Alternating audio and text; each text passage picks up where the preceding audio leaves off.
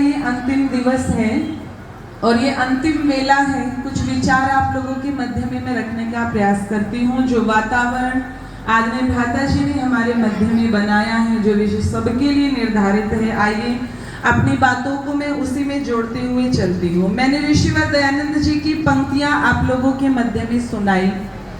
ऋषिवर दयानंद जी की अनेकों ऋण हैं हमारे ऊपर। मैंने कल भी एक बात कही थी कि ऋषिवर दयानंद जी तो वो हैं, जैसे गुड़ होता है ना, गुड़ को हम कहीं से भी खाएं वो मीठा ही लगता है, वैसे ही ऋषिवर दयानंद जी का जीवन है, हम कहीं से भी उठा करके पढ़े वो प्रेरणा ही देता है। ऋषिवर दयानंद जी ने वो कार्य समाज, देश और राष्ट्र के लिए किए हैं जिसकी कोई साधारण मनुष्य कल्पना भी नहीं कर सकता। आइए उस ऋषिवर देव दयानंद जी का क्या है, तो मैं एक ही बात कहा करती हूँ, मेरे जीवन का सबसे बड़ा सौभाग्य ये है कि परमपिता परमेश्वर ने मुझे उस परिवार के अंदर जन्म दिया जिस परिवार के अंदर मैंने ऋषि दयानंद को देखा।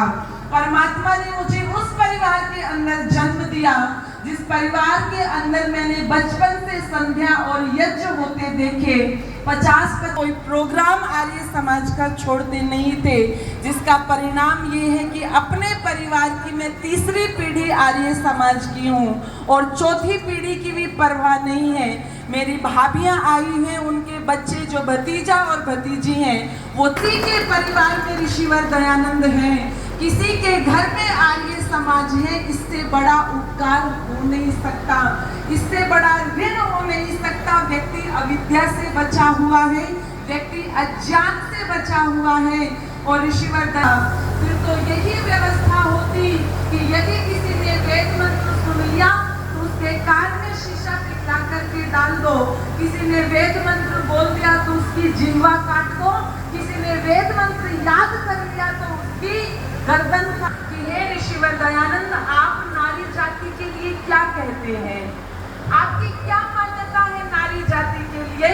तो ऋषिवर दयानंद ने कहा, मेरी लेखनी चाहे सत्यार्थ प्रकाश लिख जाए, मेरी लेखनी चाहे ऋग्वेदादि भाष्य भूमिका लिख जाए, मेरी लेखनी चाहे व्यवहार धातु वो, कभी लेखनी में इतनी ताकत नहीं तो वो इस नारी जाति के लिए लिख सके।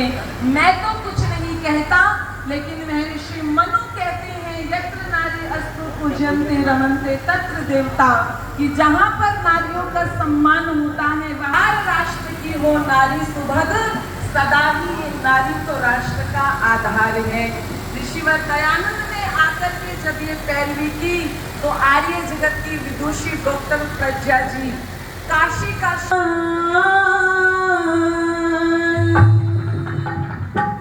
जागेंगे भाग्य देश के होंगे सभी निहाल, जागेंगे भाग्य देश के होंगे सभी निहाल।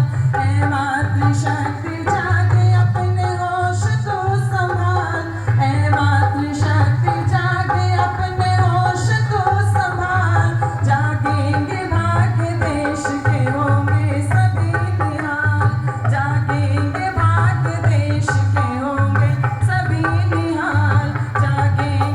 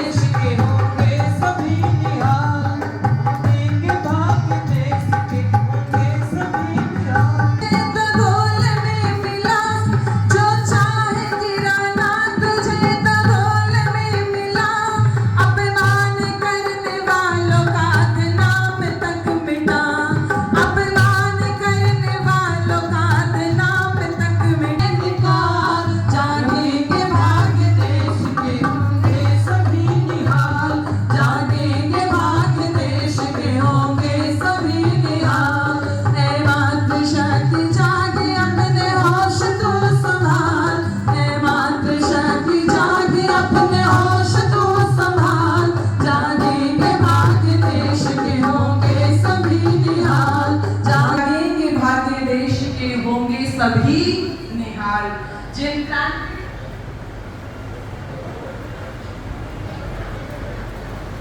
आदरणीय श्री महावीर सिंह जी जो आज की सभा के अध्यक्ष हैं, आदरणीय दादाजी 100 रुपए देकर के आशीर्वाद दे रहे हैं, बहुत बहुत धन्यवाद। 100 रुपए आदरणीय श्री मास्टर कंवर सिंह जी दे रहे हैं, बहुत बहुत धन्यवाद। 200 रुपए आदरणीय करण पाल जी जो हेडमास्टर हैं और पूर्व कोषाध्यक्ष हैं, 100 रुपए मुझे दे रहे हैं, 100 रुपए आदरणीय बादल जी को दे रहे हैं, उनका बहुत बहुत धन्यवाद। आज की सभा के जो हमारे मुख्य अतिथि जी हैं आदरणीय मुकेश जी, वो 500 रुपए देकर के मुझे सम्मानित करें, बहुत बहुत धन्यवाद। 100 रुपए आदरणीय श्री सत्यवीर जी देकर के सम्मानित करें, बहुत बहुत धन्यवाद। आगे योजना ये नारी राष्ट्र का आधार है।